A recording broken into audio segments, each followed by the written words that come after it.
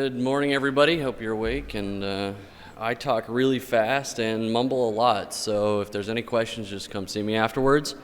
We're here to talk about insecure web apps. Since Crockford's not here, I'm the guy to yell at you about security. And I lied in the title of the talk. There's no 3 easy steps. There's a whole pile of mistakes and steps that we can go through. All right, so who am I? I'm Adam Baldwin. I founded a company called Ingenuity. We do pen testing of web applications, networks, things like that. We break all of the stuff that you guys build. I am in no way qualified to give a talk on code or developing or anything like that. I build really, really horrible apps. I'm better at breaking them, which is why I'm talking about that. I also am the curator of evilpacket.net, which has some video demonstration of abusing web applications. There's a pile of well-known applications out there and stuff we've done evil things to. Just some of our clients on the bottom there. I'm going to try to be really, really, really not like this guy. I'm going to try to not yell at you and complain, but you'll hopefully respect or understand my side of things. And for most of you in the room, I'm probably going to be talking about things that you're not going to want to hear about. You'll be like, well, we hear about this all the time. This is stuff that this is stuff that we're always getting barraged with, and I know how to solve this problem. But the reality is the mistakes are still being made. We're still running into this stuff, and what I'm going to talk about, just kind of some basic things, output encoding, hashbang navigation, and piles of other crap, is these mistakes still keep getting made. Not only to mention that we're taking JavaScript, which has been typically a client-side thing, and we're going to be taking it and shoving it into the server side. So now we're going to have developers that are experienced in client-side dealing with server-side problems. And so we have a whole new class of issues that are going to happen and security issues. So writing insecure apps, you guys have a really, really difficult problem. Oh, yeah. I don't always test my code, but when I do it in production. Does that sound like any of you? We see it a lot, and I don't know if there's a solution around it. But so you guys have a really, really hard problem when it comes to developing securely. You only have to find one way to screw up, and the security guys in the security community point and laugh, right? Like we're just a bunch of dicks, and we just say, haha, you've got cross-site scripting, and fix it. So you're also resource constrained. We as an attacker have to find one way, and you have to find you have to solve all the problems, as well as not only being resource constrained, time, money, your manager breathing down your neck to just ship it. The landscape's always changing. HTML5 is a set in stone standard, right? Yeah, it's always going to be changing, and so you're going to have a whole pile of new problems to deal with every day. Not to mention you're trying to just get your feature out, or you're trying to just innovate.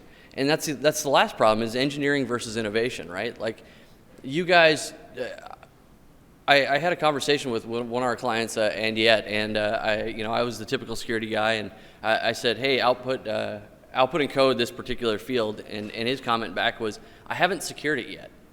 I haven't got there yet. And what we find a lot at Ingenuity while we're assessing applications is that that yet never comes. It's a to-do line. It's the famous last words, right? To do input validation, to do output encoding, check this, check that. And I hate to be the guy to kind of rant about it, but it never gets done. For starters, stop using to-dos and use an actual bug tracker. That's a good start. So I really respect what you guys do from a code perspective, and I really think that the security community and the development community need to interact more, and we as security people need to understand what cool things you guys are building, and I really want to have some discussion after this talk with people on how their team is handling security, how you think that you guys do it right, that you guys don't do it, and maybe that's the way you do it, and that's just because of constraints. I'd really like to have some of those conversations come out of doing this. As for I also think that developers need to take a little more responsibility when it comes to security and think about it. And the problem is again, you're resource constrained. So you get to the end of a project where security is usually applied, and you just ship it. Now you're moving on to cool project X instead of dealing with, as was mentioned in some of the earlier talks, dealing with the code that you just don't want to work on because it's not cool. It's old and flabby. Right? So here's the first thing that I see get screwed up. As I went over all of the assessment reports we've done for the last couple of years, there's two things that stood out. Was hash, hash navigation or shebang navigation and output encoding. And there's a unicorn. So the reality is I see this done wrong in two different ways. And it's really easy to get right, and a lot of places do get it right, but I see it done wrong. So you have a URL, right? Like twitter.com/hash and then a resource, and you get that and the AJAX just says go get that resource, right? We're all pretty much familiar with how that works, right? A lot of places just don't bother to check that there's a slash at the beginning, and so then you just go and it says just get whatever resource that is, and they don't tack on a domain, or they don't tack on anything at the beginning. So you put in a payload like this, to evil site, and I've argued with a lot of people, and they say, well, that won't work because it's cross domain, right? It just doesn't work. Well, guess what? CORS headers allow that, and my evil site just sets that nice CORS header, and it works. And the other way I see it done right is that they don't. They're checking for, or they don't check for HTTPs. So you end up building a big long domain like example.com.evilpacket.net resource, and you just do something like that, and it gets built out. Those are the two ways I see it. And I'm going to attempt to do just a demo, just to show kind of what it would look like. A really simple, cheesy demo that'll probably fail miserably. Okay, so it has test. That's the standard content. We can, /test. It'll get that resource. Great. That resource is, MEPS, whatever. And, of course, we put in something. We can look at the evilpacket.net/cores, and we can see that it's going to not work, right?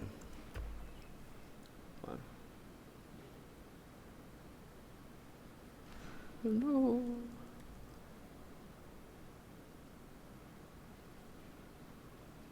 All right, live demo fail. Well, what I was going to show is that, it didn't go get it. Oh, aha. My app sucks. So, that'll actually work. It just displays an alert box saying that it executed code in the context of localhost. Great, window.location. But if you actually look at the headers, and I apologize because I'm not smart as Paul Irish, and I can't make this font bigger, I don't think. I don't know how to do that. So if you actually look at the headers, it's coming back, and this is really hard to see. There is a response header, access control allow origin star, and that's all they have to set for CORS. And so just the point of that, it's really easy for an attacker if you do this wrong to execute code within the context of your application. On Evil Packet, there's a really complicated example of RDO had this problem when they came in beta, and it shows some more complicated execution flow for that. Cross-site scripting, everyone's plagued by this problem, right? Like we don't want to hear about cross-site scripting. At least that's what I hear from developers when I talk to them. They're like, it's a problem that just want to go away, right? Or my templating framework takes care of that. The guys in the Django community say, well, my templating takes care of that. Rails says my templating takes care of that. Express and Jade takes care of that, right? Well, guess what? It doesn't. If you fuck up your templates, you're going to have a problem. And the reality is this is the reason. All of these things encode those 5 characters: quotes greater than, less than, single quote, and ampersand. And if you write shitty HTML, like down at the bottom there, you don't need any of those things to actually execute code. It's just not required.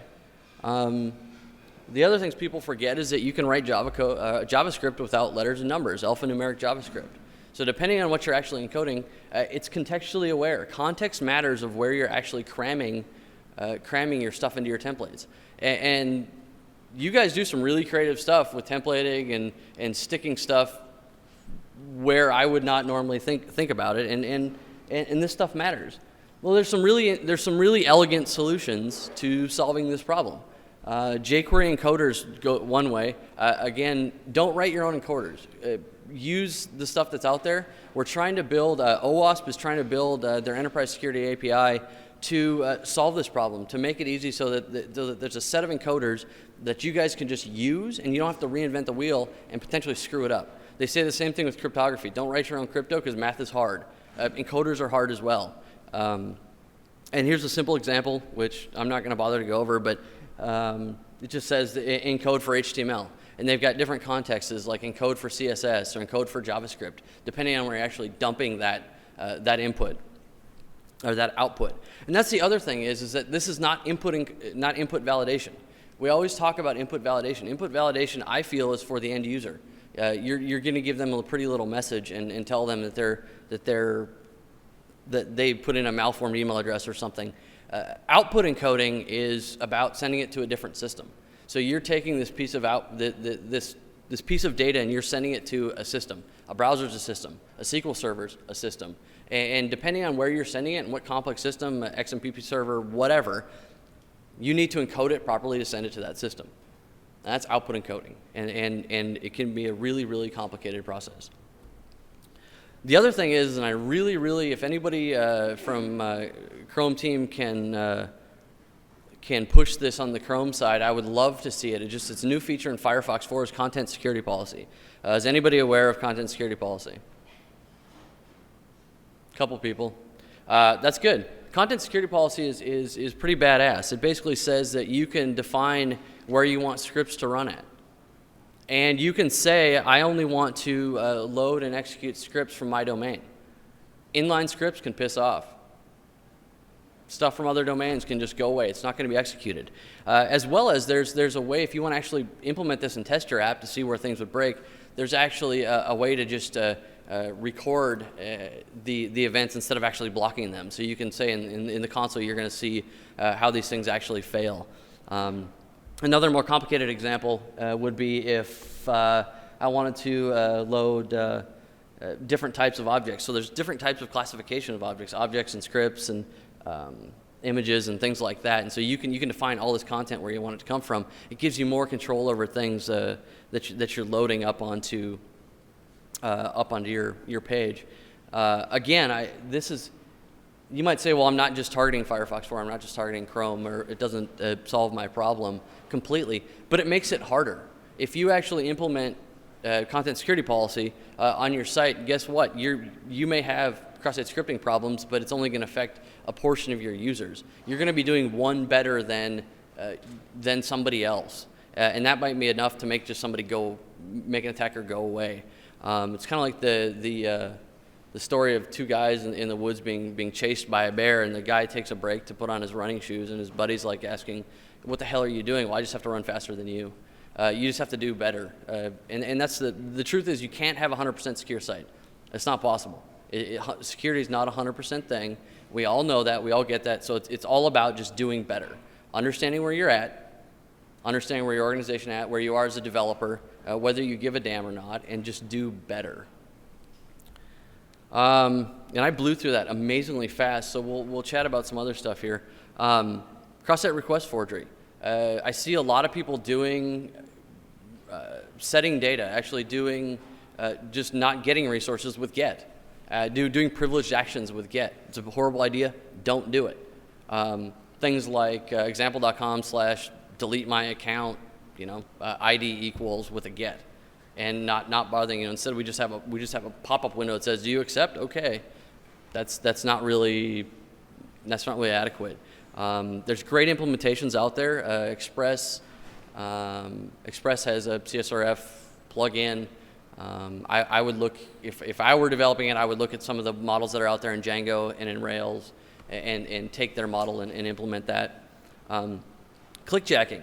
Clickjacking totally gets, most people think that's related to Flash and that type of things. It circumvents, first of all, if you have cross-site scripting, if you have an injection point in your applications, your CSRF, your cross-site request forwarding protection is crap. It's not going to work. It's overwritten. If you can frame your application and you've got basically allow for clickjacking, if you don't have frame breakout code, which frame breakout code is not perfect. Researchers have proven time and again that can be broken. So there's this neat little header, the X-frame options header that you can set, and you can say what sites can frame your app. If you're a site that you never want your crap framed, set the header. Clickjacking is just going to fail miserably. It's just not going to be possible. Cookies. I see a lot of whoring cookies around in JavaScript, and don't do it. Set HTTP only. Set secure flag. Use HTTPS, and I guess any questions? Anybody want to argue with me or heckle me? I'm the security guy, so you can heckle. I'm okay. Okay, so clickjacking is where you take a page and put it in a frame and make it invisible, and then make it follow the mouse cursor. So wherever you click, you're going to click on the button that I want you to click on. So one nice thing about forms that get filled out by like the URL, where you put your form information in the URL and it gets populated. I can just frame that URL up and then make you hover over the button that I want, and it's invisible. And so when you click, you actually click through to that frame. So what happens is you're on my evilpacket.net, and I'm really have Facebook underneath there so that you like me or whatever. And so when you click, Facebook of course has some protections against that, but that's one. That's one example. I'm not ready to do a demo of it, but you see me after, I can show you a demo or something. If not, that is it, and see me after for questions. Thanks.